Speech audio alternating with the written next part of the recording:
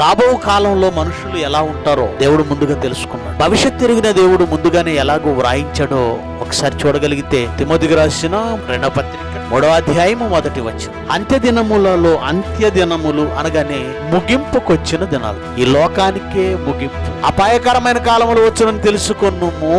ఎలాగనగా ఎలా వస్తాయంటే, దేని వలన వస్తాయంటే మనుష్యుల వలన. ఎందుకనగా మనుష్యులు స్వార్థ ప్రియులు, ధనాపేక్ష కలిగిన వాళ్ళు, పెంకములాడు వారు, గొప్పలు చెబుతూ అబద్ధాలు చెబుతూ బ్రతుకుతున్నవాడు, అహంకారం. దేవుడండి మనుషులలో కనబడే ఈ తప్పుడు లక్షణాలను చూసి చూడనట్లుగా వదిలేస్తాడు అనుకుంటే పొరపాటు. వ్యక్తులు తోక జాడించిన కట్ చేస్తాడు, పట్టణాలు తోక జాడించిన కట్ చేస్తాడు, దేశాలు తోక జాడించిన కట్ చేస్తాడు. పొగరు చూపిస్తే, మిడిసి పడితే, ప్రపంచం పొగరు చూపిస్తే అణిచేస్తాడు. దేవుణ్ణి విస్మరిస్తున్న పట్టణాలలో, ఇదిగో ఒక తూరు పట్టణం ఎలాగైతే సముద్రపు వర్తక వ్యాపారాలతో విలసిల్లిందో, ఇప్పుడు మన ఆంధ్రాలో వర్తక వ్యాపారాలతో సముద్రపు ఒడ్డు నుండి విలసిల్లుతున్న పట్టణం విశాఖపట్నం. జయశాలి గారు ఉన్నంత వరకు మనం ఉన్నంత వరకే.